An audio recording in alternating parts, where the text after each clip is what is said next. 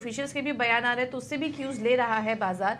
अब देखना होगा कि कितना ये डाइजेस्ट कर पाता है ग्लोबल मार्केट्स इस तरीके की कमेंट्री को।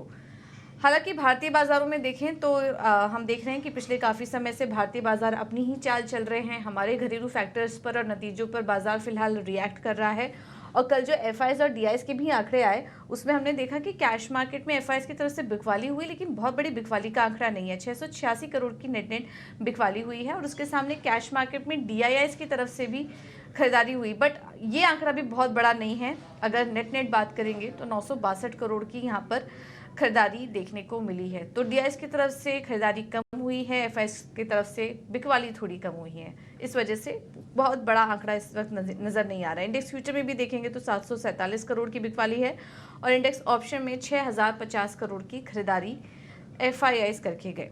तो ये हैं आज के आंकड़े। अब इन तमाम आंकड़ों को आज के लिए कैसे एनालिसिस करें, वायदा एफएनओ में संकेत कैसे मिल रहे हैं और निफ्टी और बैंक निफ्टी के लिए आज के डेटा क्या कहते हैं, ये बताने के लिए हमारे साथ अंश जुड़ चुके हैं। अंश, good morning, thank you so much समय देने के लिए। बताइए आज निफ्टी और बैंक निफ्टी का डेटा क्या कह रहा है? जी बिल्कुल, निफ्टी में अगर देखें तो काफी अच्छी खरीदारी हो रही है। 5 सेशन से लगातार हमें यहाँ पे खरीदारी दिख रही है, हायर हाइज भी बनते जा रहे हैं। इस लिहाज से अगर हम यहाँ पे रेजिस्टेंस देखें तो अभी सीधे 22,800 का नजर आता है। इसके ही नीचे रिकॉर्ड हाई का लेवल था। अगर चार्ट पे भी देखा जाए तो पिछले 2 बार जब भी निफ्टी इसके पास आया, यहाँ से करेक्शन दिया हुआ, तो ये एक अहम रेजिस्टेंस के तौर पे देख सकते हैं। अगर इसे तोड़ता हुआ ऊपर जाता है तो फिर सीधे साइकोलॉजिकल मार्क जो है 23,000 का, वहां पर हमें बिकवाली दिख सकती है। अब नीचे की तरफ सपोर्ट देखे तो यहाँ पे हमें 22,420 के पास एक अच्छा सपोर्ट दिख सकता है, जो कि 20 डीएमए का लेवल भी है इसके आसपास ही। और वहां से नीचे जाता है तो फिर 22,300 का दूसरा अहम सपोर्ट दिख सकता है, जो कि पहले रेजिस्टेंस के तौर पे एक्ट कर रहा था और अब यहाँ पे सपोर्ट के तौर पे एक्ट कर सकता है। निफ्टी बैंक की बात की जाए तो यहाँ पे पहला रेजिस्टेंस हमें 48,300 पर नजर आता है, जो कि 20 डीएमए का लेवल भी है। पिछले 11 से 12 सेशन में यहाँ पर ही रेजिस्टेंस लेता हुआ नजर आ रहा था। अगर इसे तोड़ता हुआ ऊपर जाता है तो सीधे 700 पॉइंट का एक फ्री मूव दिख सकता है, जो सीधे साइकोलॉजिकल मार्क जो है 49,000 का, वहां पर दूसरा अहम रेजिस्टेंस दिख सकता है। नीचे की तरफ सपोर्ट देखे तो यहाँ पे एक अच्छा चैनल बना हुआ है निफ्टी बैंक का। वो चैनल सपोर्ट कुछ 47,400 पर है। पिछले सेशन में भी यहाँ से ही अच्छी खरीदारी हुई थी, तो ये एक अच्छा सपोर्ट के तौर पे देख सकते हैं। अगर ये टूटता है तो नीचे फिर 47,000 का जो साइकोलॉजिकल मार्क है, वहां पर एक दूसरा अहम सपोर्ट दिख सकता है।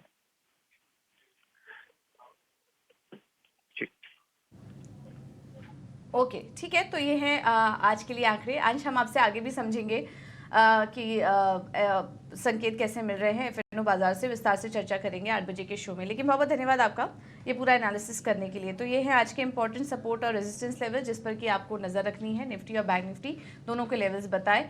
बैंक निफ्टी की बात करें तो 47,400 से 47,000 ये एक रेंज निकल कर आ रहा है। पिछले काफी समय से हम देख रहे हैं कंसोलिडेशन का माहौल है। रेंज को प्ले करने की कोशिश करिए, चुनाव के नतीजे आने तक ऐसा ही मोमेंटम जारी रह सकता है बाजार। चलिए, बाजार पर एक और रणनीति देने के लिए हमारे साथ जुड़ गए हैं एंजल वन के देवांग शाह। देवांग जी, थैंक यू सो मच समय देने के लिए ईटी नाउ स्वदेश को।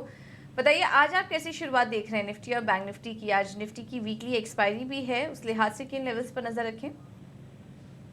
Very good morning. बात करें निफ्टी की तो हमें ये सेशन में वॉलेटाइल सेशन देखने मिल सकता है। जहां तक सपोर्ट की बात करें, निफ्टी फ्यूचर का सपोर्ट है 22,550, 22,500 सपोर्ट है निफ्टी फ्यूचर के लिए। जहां तक रेजिस्टेंस की बात करें 22,800 का रेजिस्टेंस फेस करें निफ्टी फ्यूचर। तो बाय एंड डिप्स की स्ट्रेटेजी रखनी चाहिए, बट एक स्ट्रिक्ट स्टॉप लॉस के साथ काम करना चाहिए मार्केट में। और स्टॉक स्पेसिफिक अप्रोच की रखने की सलाह रहेगी। स्टॉक स्पेसिफिक में ल्यूपिन लिमिटेड की बात करें तो ओवरऑल चार्ट स्ट्रक्चर की बात करें, पॉजिटिव स्ट्रक्चर बना हुआ है।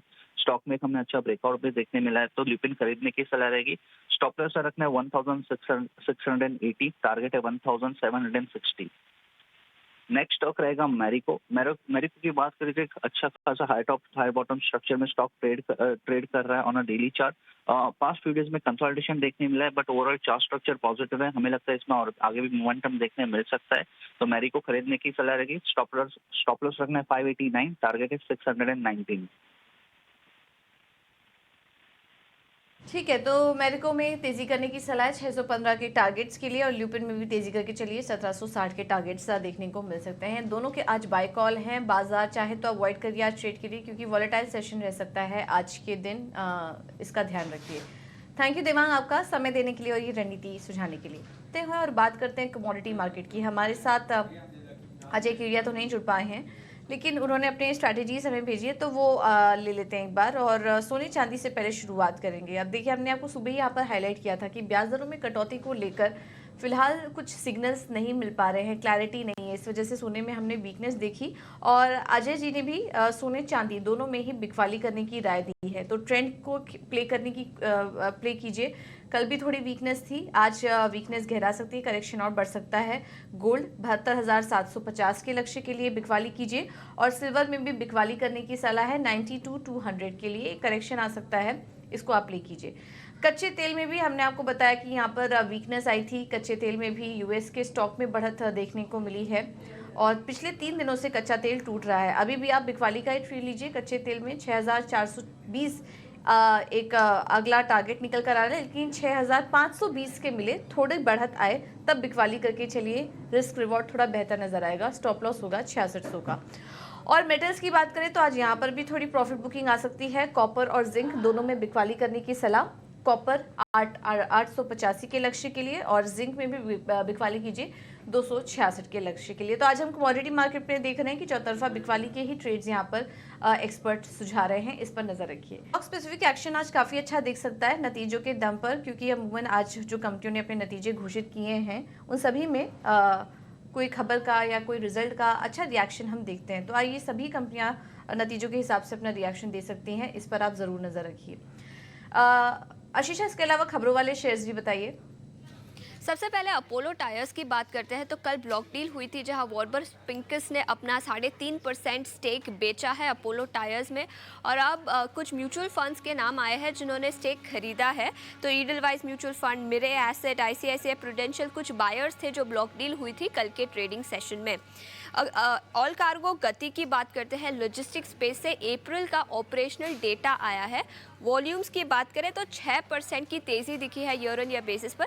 सो ऑपरेशनल डेटा के चलते ऑल कार्गो लॉजिस्टिक्स में भी एक्शन दिखेगा।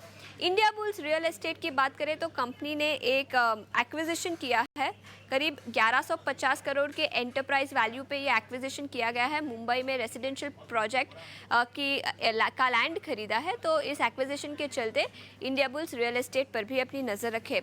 अरविंद ने भी कुछ एक्सचेंजेस को इन्फॉर्म किया है, उनके गांधीनगर गुजरात में एक प्लांट है, वहाँ पर वर्कर्स ने स्ट्राइक अनाउंस किया है वेज हाइक के लिए, जिसके चलते ऑपरेशंस पर इम्पैक्ट हो सकता है। अदानी एनर्जी सॉल्यूशंस के बोर्ड ऑफ डायरेक्टर्स की बैठक होगी 27 मई को, जहां फंड रेजिंग प्लान्स कंसिडर किए जाएंगे। अदानी एनर्जी पर भी अपनी नज़र रखें। टोरेंट पावर, हमने नतीजों की बात की, नतीजों के साथ साथ उन्होंने फंड रेजिंग भी अप्रूव किया है।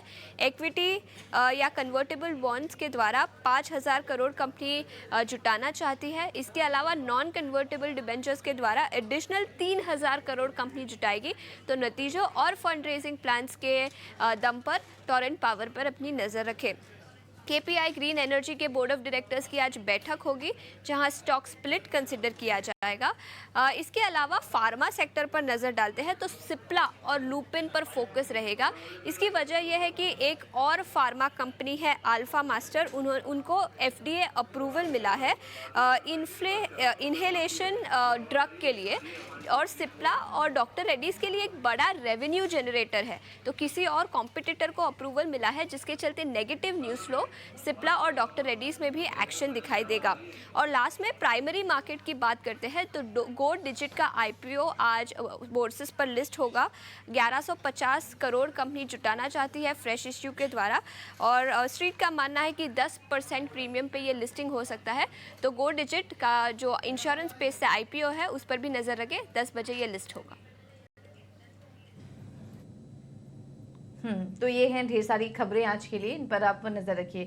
थैंक यू आशीषा आपका ये पूरी जानकारी देने के लिए। अपोलो टायर आज फोकस में रहेगा, कल ब्लॉक डील हुई थी, अब उसकी डिटेल्स आ चुकी है। इसके अलावा भी पावर से जुड़े स्टॉक्स और Indiabulls real estate, Arvind जैसे स्टॉक्स पर भी आप नजर रखिए।